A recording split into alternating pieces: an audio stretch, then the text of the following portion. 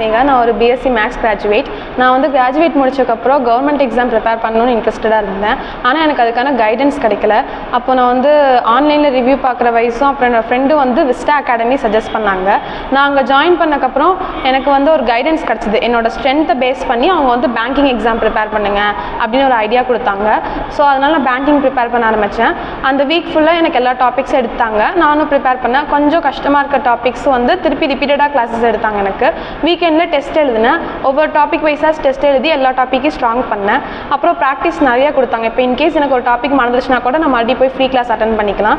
அதே மாதிரி நான் புக்ஸ் எதாவது ப்ரிப்பேர் பண்ணணும்னா கூட இங்கே நிறையா புக்ஸ் இருந்துச்சு. அது போக அப்டேட்டடாக புக்ஸ் வேணுன்னா கூட எனக்கு வந்து சார் அரேஞ்ச் பண்ணி கொடுத்தாங்க கேட்குற புக்ஸ் எல்லாம். அதே மாதிரி வந்து இங்கே சிஸ்டம் ஃபெசிலிட்டி இருக்கிறனால டெஸ்ட் போட்டு பார்க்குறதுக்கு ரிப்பீட்டடாக அடிக்கடி டெஸ்ட் எல்லாம் போடுறதுக்கு நிறைய சிஸ்டம்ஸ் இருக்கிறனால சிஸ்டம்ஸ் எப்பயுமே அவைலபிளாக இருக்கும். டெஸ்ட் போட்டு நான் நல்லா ப்ராக்டிஸ் பண்ணி ப்ரிப்பரேஷனை ரொம்ப ஸ்ட்ராங் பண்ணேன். அப்புறம் இங்கே மேம் வந்து எல்லா நேரமும் அவைலபிளாக தான் இருக்கிறாங்க. ஸோ எனக்கு எப்போ டவுட்னாலும் நான் மேம் கிட்டே போய் டவுட் கேட்டுக்கலாம். ஸோ அந்த மாதிரி என்னோடய ப்ரிப்பரேஷன்ஸ்க்கு வந்து நல்ல ஒரு சரௌண்டிங்ஸாக இருந்துச்சு. என்னால் வீட்டில் இருந்து படிக்க முடியல. ஸோ கைடன்ஸும் இல்லை சுத்தமாக. ஸோ இங்கே வரும்போது சீனியர்ஸ் ஆகட்டும் இல்லை இங்கே இருக்க கூட படிக்கிற ஸ்டூடெண்ட்ஸு எல்லாமே வந்து எனக்கு ரொம்ப சப்போர்ட்டிவாக இருந்தாங்க.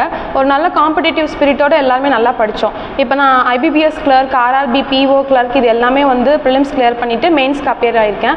ஹோப்ஃபுல்லாக எல்லாத்துலேயுமே மெயின்ஸ் கிளியர் ஆகிடும். அதனால் வந்து நான் கண்டிப்பாக இந்த வருஷம் கண்டிப்பாக ஒரு பேங்க் ஜாப் வாங்கிடுவேன் அப்படிங்கிற ஒரு கான்ஃபிடன்ஸ் வந்து எனக்கு விஸ்டா அகாடமி கொடுத்துருக்குது.